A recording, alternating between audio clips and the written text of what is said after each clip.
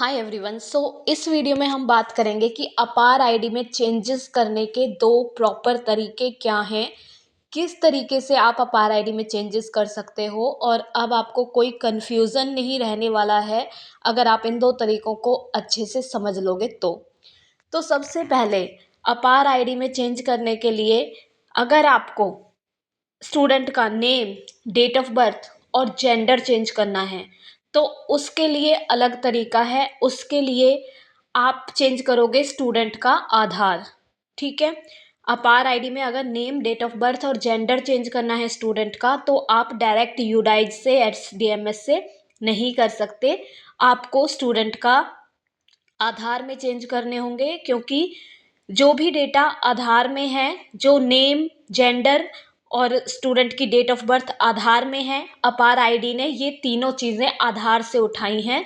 तो आधार में अगर चेंजेस होगा तो अपार आईडी में डायरेक्ट चेंज हो जाएगा। आप पहले अपने आधार में चेंज करोगे। अगर स्टूडेंट का नेम गलत है तो पहले उस नेम को अपने आधार में अपडेट करोगे, या फिर डेट ऑफ बर्थ गलत है तो डेट ऑफ बर्थ को सबसे पहले आप आधार में अपडेट करोगे। जेंडर भी गलत है, जेंडर को पहले आधार में अपडेट कराओगे। जब आपके पास कंफर्मेशन आ जाएगी कि हाँ आधार में चेंज हो चुका है, ये नहीं कि चेंजेस आपने अप्लाई किए हैं और अभी तुरंत आप चेक करने लगोगे डिजी लॉकर में जाके कि हमने तो आधार में चेंजेस अप्लाई कर दिए, क्यों नहीं हुए। जब आपके पास ये कंफर्मेशन हो जाए कि आधार में चेंज हो चुके हैं, आप अपना आधार कार्ड जो UIDAI की वेबसाइट है वहाँ पे जाके चेक कीजिए। मैं एक वीडियो इसके लिए सेपरेट डाल दूंगी कि कैसे आप वहाँ से अपना आधार डाउनलोड कर सकते हो और चेक कर सकते हो कि आपका आधार चेंज हुआ है या नहीं हुआ। अगर वहाँ पे आपका आधार चेंज हो गया है तो फिर आप वैसे डिजी लॉकर में भी जाके चेक कर सकते हो। इश्यूड डॉक्यूमेंट में जाके आप अपना आधार कार्ड देखिए, वहाँ पे आपके आधार कार्ड में अगर डेटा चेंज हो चुका है तो फिर आप एक बार फिर से आधार को रिफ्रेश कीजिए और उसके बाद जब आप श्योर हो जाओ कि आधार में डेटा चेंज हो चुका है, फिर अपार आईडी को डिजी लॉकर में इश्यूड डॉक्यूमेंट में से रिफ्रेश कीजिए। जब आपकी अपार आईडी रिफ्रेश होने के बाद अपडेटेड इन्फॉर्मेशन दिखा देगी, इसका मतलब आपका डेटा अपार आईडी में भी चेंज हो चुका है। अगर नहीं दिखाती है तो आधार चेंज होने के 2-3 डेज बाद अपार 100% चेंज हो जाती है। ये अपार के अकॉर्डिंग है कि 2-3 डेज बाद हो जाती है। अगर नहीं होती है तो आप एक और काम कर सकते हैं कि आप ये जैसे आप जो चेंजेस चेक कर रहे हैं, मान लो आप मोबाइल से डिजी लॉकर की ऐप में चेक कर रहे हो कि चेंज हुए हैं या नहीं हुए। कभी कभी ऐसा होता है कि डिजी लॉकर की जो ऐप होती है उसमें चेंजेस लेट होते हैं और डिजी लॉकर की जो वेबसाइट होती है उसमें चेंजेस जल्दी हो जाते हैं। तो अगर आपको चेक करना है तो आप डिजी लॉकर की वेबसाइट पर भी चेक कर सकते हो कि आपके आधार और आपकी अपार में चेंजेस हुए हैं या नहीं हुए। आप वहाँ से जाके चेंज देख सकते हो। इन केस आपके चेंजेस नहीं हुए हैं, ठीक है, वैसे तो चेंजेस हो जाते हैं 100%। अगर नहीं हुए हैं तो आपको क्या करना है, डिजी लॉकर में हेल्प, जो नीचे मेन्यू लिखा होता है, मेन्यू पर क्लिक करोगे, फिर साइड में एक मेन्यू ओपन हो जाएगा, उसमें हेल्प के ऑप्शन पे जाओगे। हेल्प के ऑप्शन में जाकर इशूड डॉक्यूमेंट्स में जाओगे। इशूड डॉक्यूमेंट्स में जाकर सबसे नीचे रेज अ क्वेरी का ऑप्शन आएगा, या फिर हेल्प में जाके भी डायरेक्ट नीचे रेज अ क्वेरी का ऑप्शन आता है। Raise a ticket, raise a ticket का ऑप्शन आता है, वहां से आप अपनी क्वेरी डाल सकते हो। ठीक है, ये ऑप्शन हो गया एक आपका।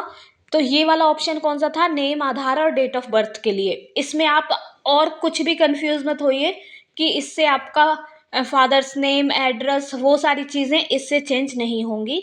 इस वाले मेथड से आपका स्टूडेंट का नेम, आधार और डेट ऑफ बर्थ चेंज होगा। तो ये मेथड क्लियर है कि ये 3 चीज़ें चेंज करने के लिए ये वाली अप्रोच करनी है, आपको आधार में चेंजेस करना है। अब सेकंड आपका मेथड है कि बाकी अगर डेटा चेंज करना है, ठीक है, बाकी अगर डेटा चेंज करना है, स्टूडेंट का father's name, mother's name, mobile number, address, ठीक है, और जितना भी डेटा बचा है वो सारा डेटा चेंज करना है, तो आपको क्या करना होगा, तो मैं आपको दिखा देती हूँ। ये देखिए, मान लो मैंने किसी स्टूडेंट का, ये मैंने अपना अपार मॉड्यूल ओपन किया हुआ है। आप भी ऐसे ही अपना अपार मॉड्यूल ओपन करेंगे अपने स्कूल का या जो भी आपका इंस्टीट्यूशन है, और अपार मॉड्यूल पे क्लिक करके वो क्लास सेलेक्ट करेंगे जिसके स्टूडेंट का आपको डेटा चेंज करना है। मान लो मेरे को 5th का चेंज करना है, ठीक है, तो मैं गो पर क्लिक करूँगी। अब देखिए, पहले तो मैं आपको स्टेटस दिखा देती हूँ कि देखिए ये 5th ए का है, एनरोलमेंट 22 है, जनरेटेड 22 है, ठीक है। तो मतलब जो मैंने मेथड बताए थे उससे 100% जनरेट हो रहे हैं। दूसरा सेक्शन भी मैं आपको दिखा देती हूँ, बी का देख लीजिए, एनरोलमेंट 23 है, जनरेटेड 23 है।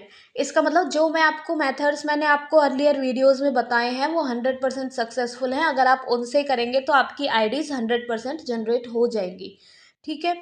तो अभी हम उस मेथड के बारे में डिस्कस नहीं कर रहे हैं, अभी हम चेंजेस के बारे में डिस्कस कर रहे हैं। तो देखिए, मैं किसी भी स्टूडेंट का डेटा उठाती हूँ, मान लो ये सारी आईडीज जनरेटेड हैं, ठीक है। अब मैं, मेरे को मान लो इन स्टूडेंट के चेंज करने हैं, फ़ोन नंबर्स, एड्रेस, ये सारी चीज़ें चेंज करनी है। तो मैं किसी भी स्टूडेंट के नेम पर क्लिक कर दूंगी। ये मैंने क्लिक कर दिया। अब ये उस स्टूडेंट का डेटा है जिसकी अपार आईडी जनरेट हो चुकी है। Got it. तो अब आपको क्या करना है, आप देखिए इसमें कितने कॉलम फ्रीज हैं। इसमें आपका जेंडर फ्रीज है, जेंडर आप चेंज नहीं कर सकते। जेंडर पे क्लिक करके देखिए, आप चेंज नहीं कर पाओगे क्योंकि जेंडर आप आधार के थ्रू चेंज करोगे। डेट ऑफ बर्थ फ्रीज है क्योंकि डेट ऑफ बर्थ भी आप चेंज नहीं कर सकते, आधार के थ्रू चेंज करोगे। तो name, date of birth, gender तो यहाँ से ऑप्शन हटा दिया गया है, फ्रीज कर दिया गया है अपार आईडी बनने के बाद। इसके बाद पेरेंट्स नेम, अब देखिए पेरेंट्स नेम पे क्लिक करते ही आ रहा है, इसका मतलब पेरेंट्स नेम आप अपार आईडी बनने के बाद भी चेंज कर सकते हो, ठीक है। पेरेंट्स नेम आप अपार आईडी बनने के बाद भी चेंज कर पा रहे हो। और देखिए, मदर्स नेम देख लिया, फादर्स नेम देखिए, फादर्स नेम पे क्लिक करते ही चेंज करने का ऑप्शन आ रहा है, ठीक है। तो इसका मतलब आप फादर्स नेम भी चेंज कर पा रहे हो यहाँ से।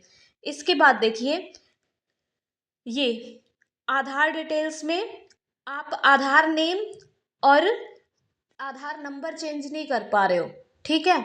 तो इसके लिए मैं एक छोटा सा वीडियो सेपरेट भी बना दूंगी कि आधार वैलिडेट होने के बाद, वेरीफाई होने के बाद जब ये कॉलम फ्रीज हो जाते हैं तो आपको अगर आधार में कोई चेंज कराना है तो फिर यहाँ पे वो इन्फॉर्मेशन चेंज कैसे होगी। लेकिन फिर भी मैं आपको एक क्विकली बता देती हूँ। देखिए, अगर मान लो आधार की आपको कोई इन्फॉर्मेशन चेंज करनी है तो सबसे पहले आप लिस्ट ऑफ स्टूडेंट्स में जाएंगे, वहाँ पे जाके अपना जो आधार है उसको, जो आधार वैलिडेट हो चुका है, अगर आपने उसमें वापस से कोई चेंज करा लिए हैं तो आप फिर से वो वैलिडेट वाला बटन दबाएंगे लिस्ट ऑफ स्टूडेंट्स में जाके, और वहाँ से फिर वो जो भी अगर इन्फॉर्मेशन चेंज हुई है तो आपका अनवैलिडेट हो जाएगा। फिर आप यहाँ पे आके do you want to change Aadhaar details पे टिक करोगे तो ये वाला एक्टिवेट हो जाएगा, ठीक है। अगर आपको ऐसे बताने में समझ नहीं आ रहा, मैं आपको एक बार फिर से वीडियो में करके ये वाला बता दूंगी, ठीक है। तो बाकी देखो, एड्रेस पे क्लिक करो, एड्रेस आपका चेंज हो रहा है, इसका मतलब अपार आईडी बनने के बाद एड्रेस, पिन कोड देखिए चेंज हो रहा है आराम से, ठीक है। मोबाइल नंबर देख लीजिए, मोबाइल नंबर भी पेरेंट्स का आप यहीं से चेंज कर सकते हो क्योंकि ये उस स्टूडेंट का डेटा मैंने ओपन किया हुआ है जिसकी अपार आईडी बन चुकी है। तो ये सारे कन्फ्यूजन आप मत रखना कि मैम आधार मोबाइल नंबर कैसे चेंज होगा, पेरेंट्स के नेम चेंज कैसे होंगे। ये सारे नेम एसडीएमएस से, यूडाइज से आपके चेंज हो रहे हैं। तो कोई भी इंफॉर्मेशन बाकी आप जीपी से चेंज कर सकते हो।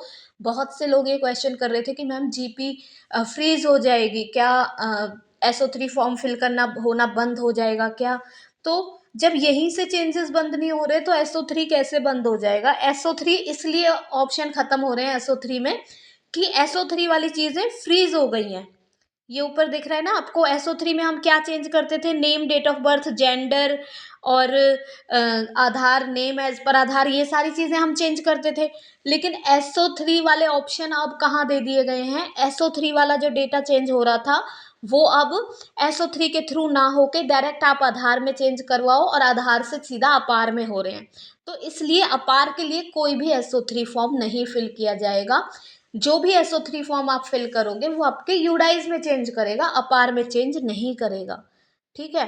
तो तो इसलिए तो अब यहाँ से आप एक चीज़ क्लियरली आपको आई थिंक समझ आ गई होगी कि नेम, डेट ऑफ बर्थ और जेंडर, 3 चीज़ें आप आधार के थ्रू चेंज करोगे, बाकी सारी चीज़ें आप स्टूडेंट की जीपी के थ्रू चेंज करोगे। यहाँ पे सारे कॉलम बाकी एक्टिव हैं, आप यहाँ पे चेंज करके यहाँ पे नीचे सेव वाला बटन दबा दोगे तो ये आपकी जीपी अपडेट हो जाएगी। ठीक है, तो यही, और इसके अलावा तो और कोई इन्फॉर्मेशन बचती ही नहीं है जो हमें चेंज करनी हो। ठीक है, तो ये सारी इन्फॉर्मेशन हो गई है। अब आधार की जो कन्फ्यूजन बची है वो मैंने वैसे आपको एक बार बता दी। अगर आपको नहीं समझ में आया कि आधार में अगर वैलिडेट होने के बाद कोई चेंज हुआ है तो क्या करना है, तो मैं आपको एक बार करके चेंजेस दिखा दूंगी।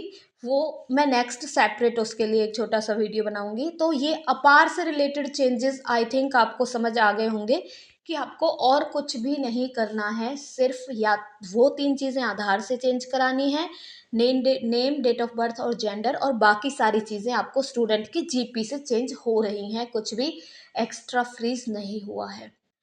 So I hope now you got the clarity about changes in APAR ID and you found this video helpful. And if you like this video, then please like, share and subscribe my channel and press the bell icon to get the notification of latest videos.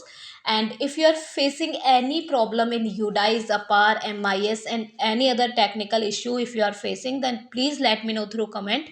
I will surely help you out. And thanks for watching till end. Thank you.